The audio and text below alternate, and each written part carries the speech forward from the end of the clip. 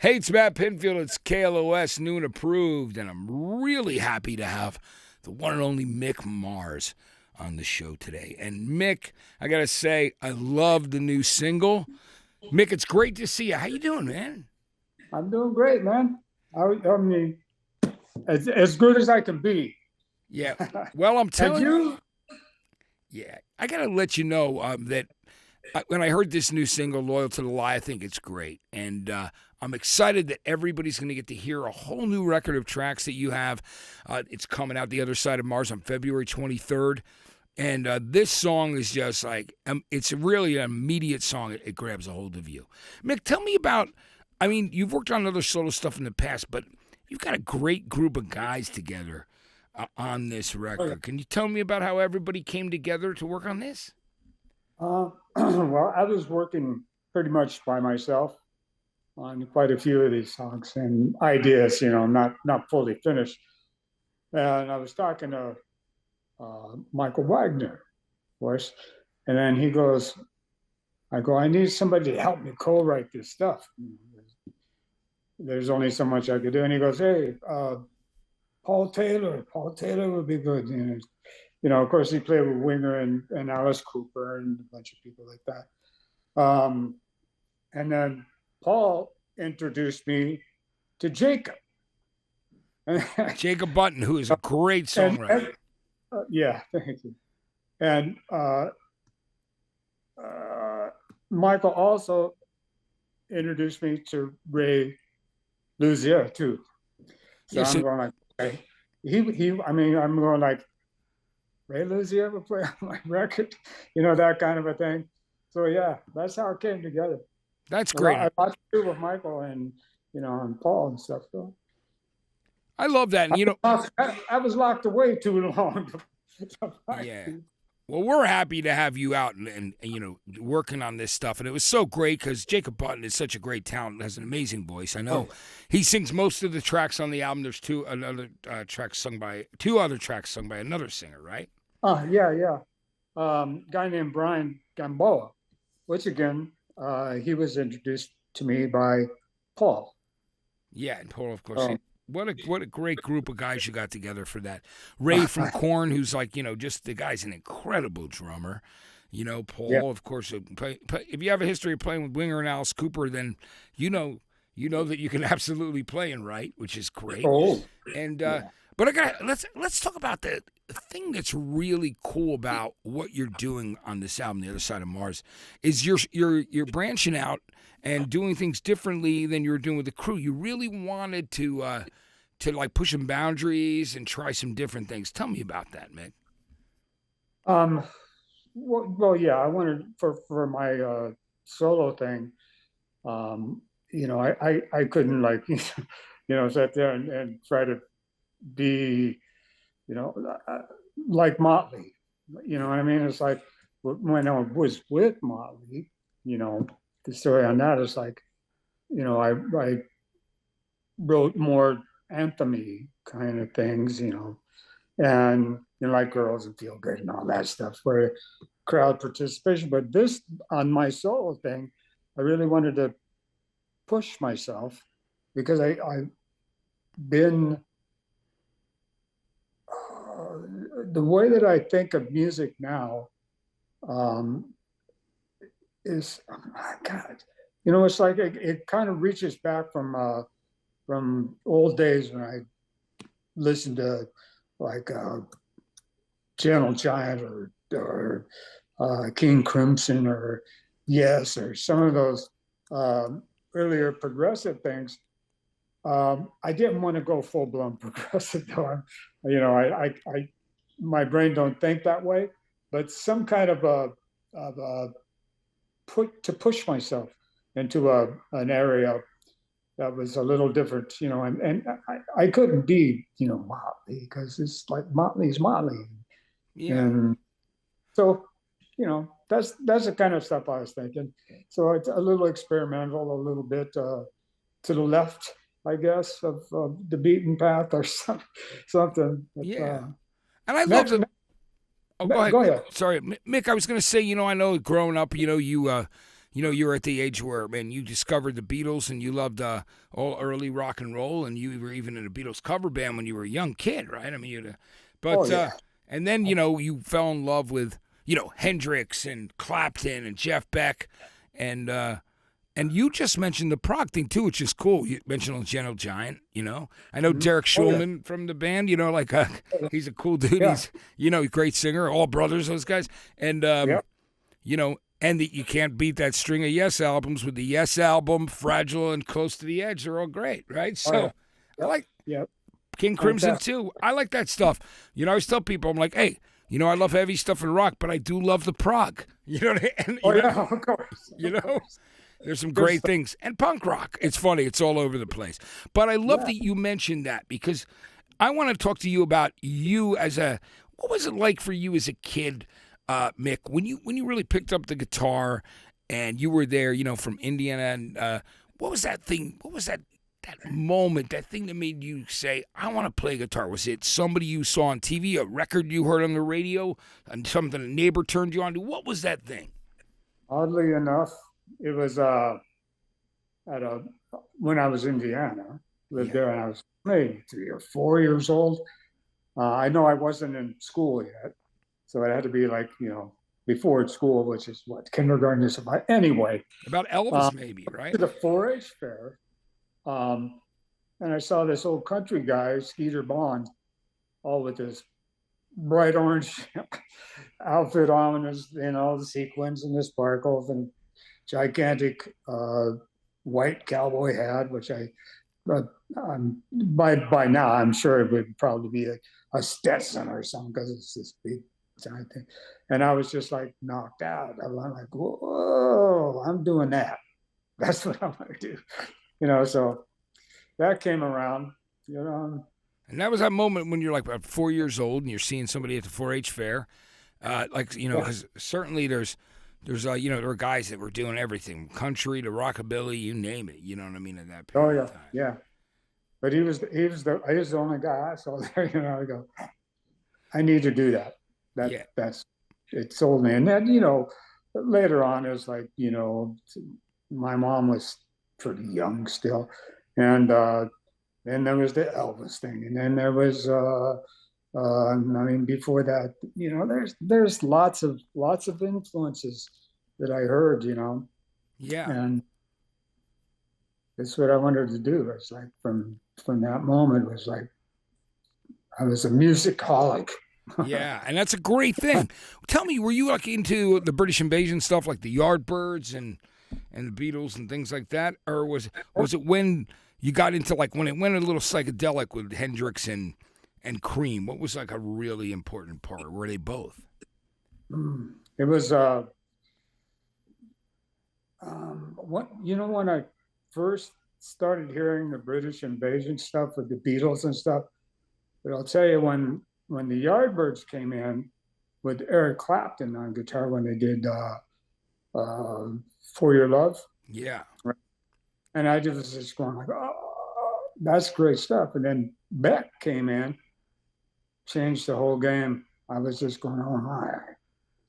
And then Hendrix came in and, changed the game some more. And, there's just like this group of guitar players, that just kept coming and coming. I'm going like, hopefully I'll make it one day, Yeah.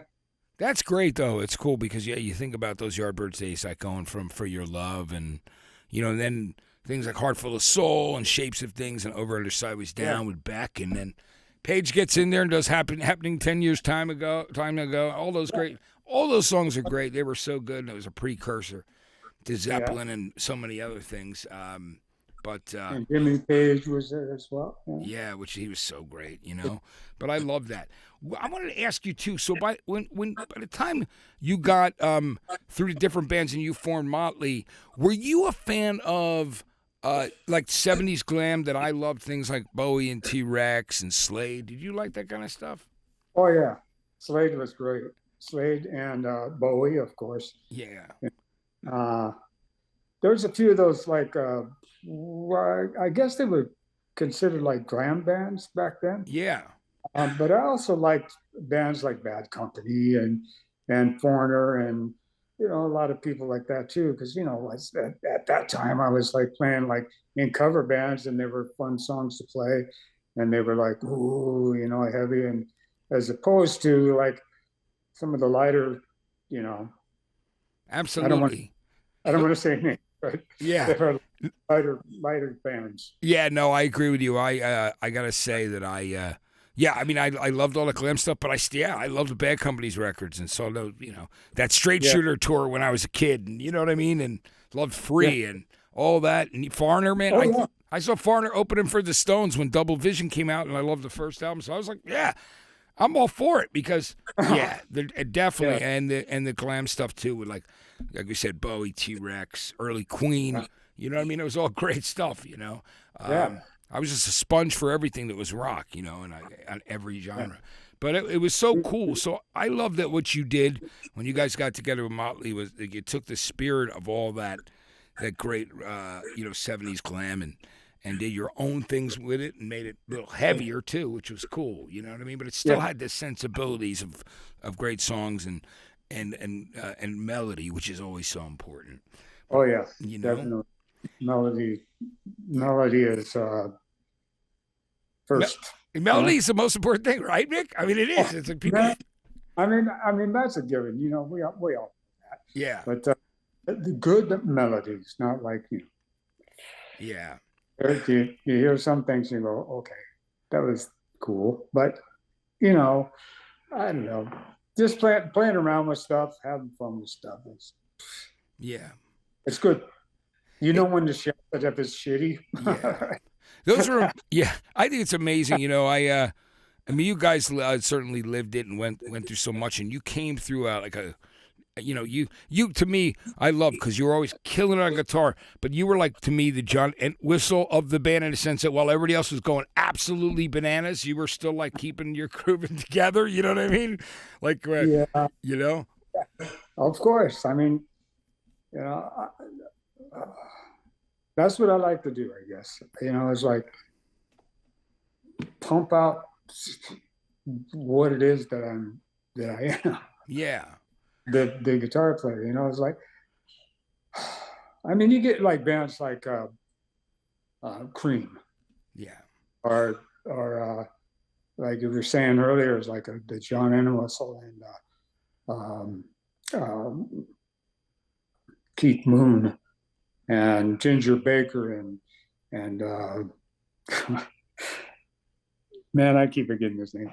The bass player when Cream was together. yeah. Jack I mean, Bruce, right? Yeah, yeah, Jack Bruce. Yeah, yeah. thank you. But you loved Uh, it. yes, but all that is such a great rhythm section. There's such a great, powerful thing. The guitar player can go like and move around and do stuff. So I don't know. And I swim in needed the to groove, right? be in, right? Yeah, exactly. It's great. So, Mick, I wanted to ask you, tell me about the some of the other songs on the record because I got to preview a couple things with your singer Jacob Button, and man, I loved it because it went like it was almost you could hear like an Alice in Chains vibe in some of it, a little bit of zombie. But it was all over it was just like for me that was very exciting to hear you going in those other areas of music. It was really cool. Was it fun making the record? Was that like one of the things that just really enjoyable to make? Um, it was a lot of fun to make.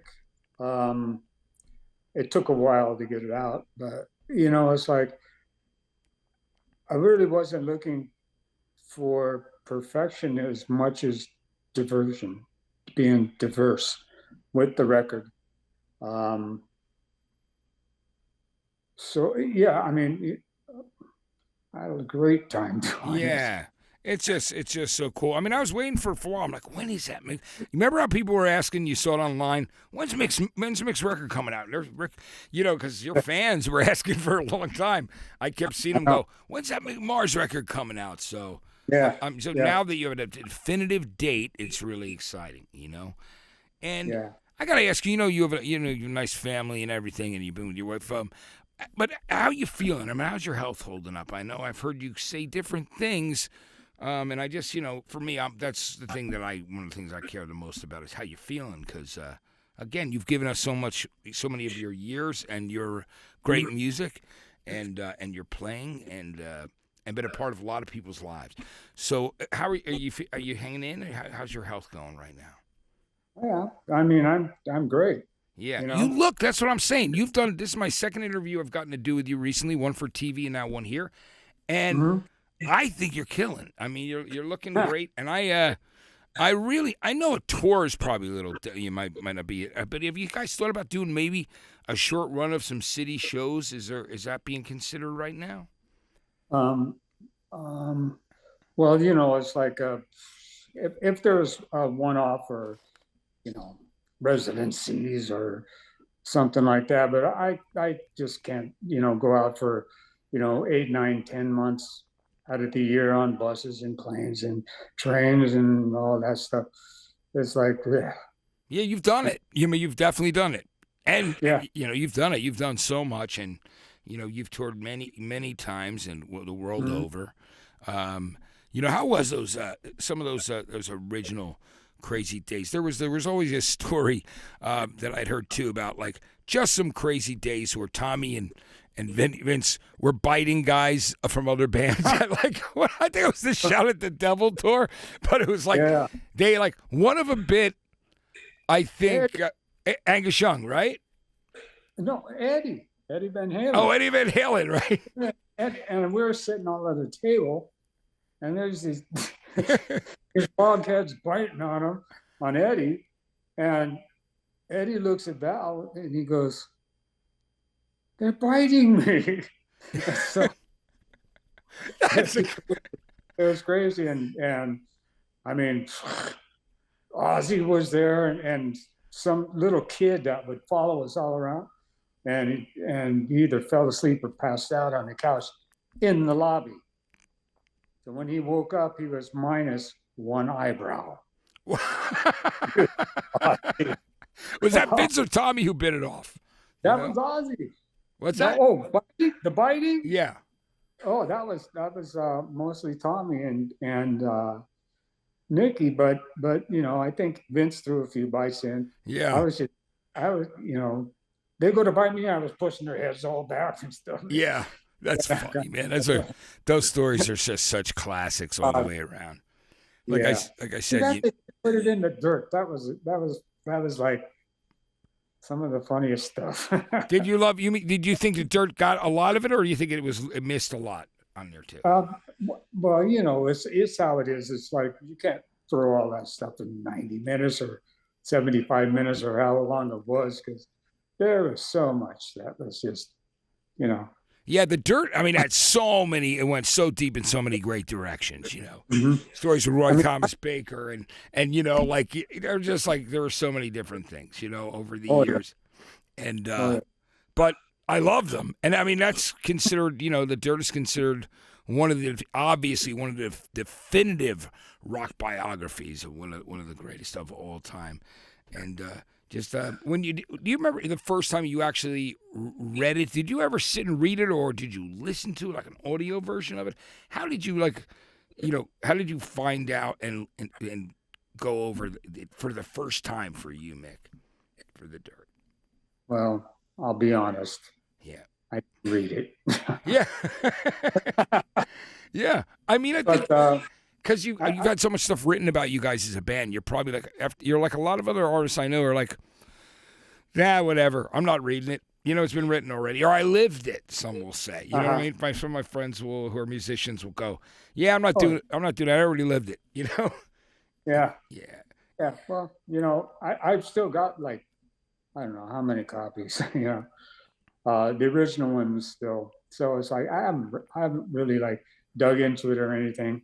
I probably will at some time, like when I'm 90 or something. Yeah. No, I understand. It's true. I mean, sometimes you're just like, hey, man, I did that already. I'm proud of a lot of the work I did, and the craziness is interesting. But sometimes you're like, I don't really want to deal with me right now. Like, I don't want to do other things. You know what I mean? Like meaning the past. You just yeah. You know. But But it's a great pass. You should be proud of all the stuff you've done. And I again, I just want you to know how much loyal to the lie. Just like and I'm sure you're hearing this from many interviewers, and I'm hearing this from rock fans, how happy and pleasantly surprised, and not surprised because they weren't expecting something great from you, but just that they wanted something great from you. So the surprise was that they got the song, and it was something that they really loved and expected. So how do you feel about the reaction to the single so far? Well, it's like when you get like, 500,000 spins on,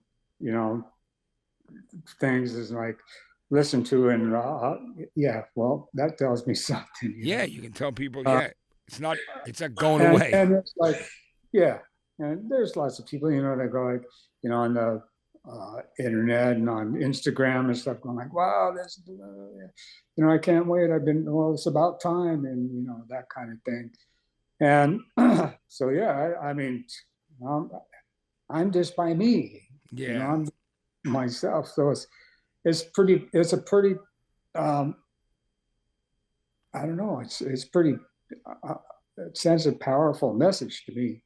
To go and like, they digging my stuff, They are. So absolutely, it's true, and it just goes to show, you know what I mean, like that how much you meant to people, but they love your songs, and it's good to see that can really happen, and and again, it made a lot of people happy when they heard the single. I can't wait for everybody to hear the rest of the record. I can't wait till we hear the rest of the record.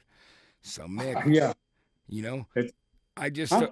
I'm gonna try and hear. So I heard a few songs, but I want to hear some more of it as time goes on. But Mick, I want to thank you so much for coming by and hanging out with us today, and taking the time, because we're pumped. February 23rd, the new album, The Other Side of Mars. I appreciate you being you, and always.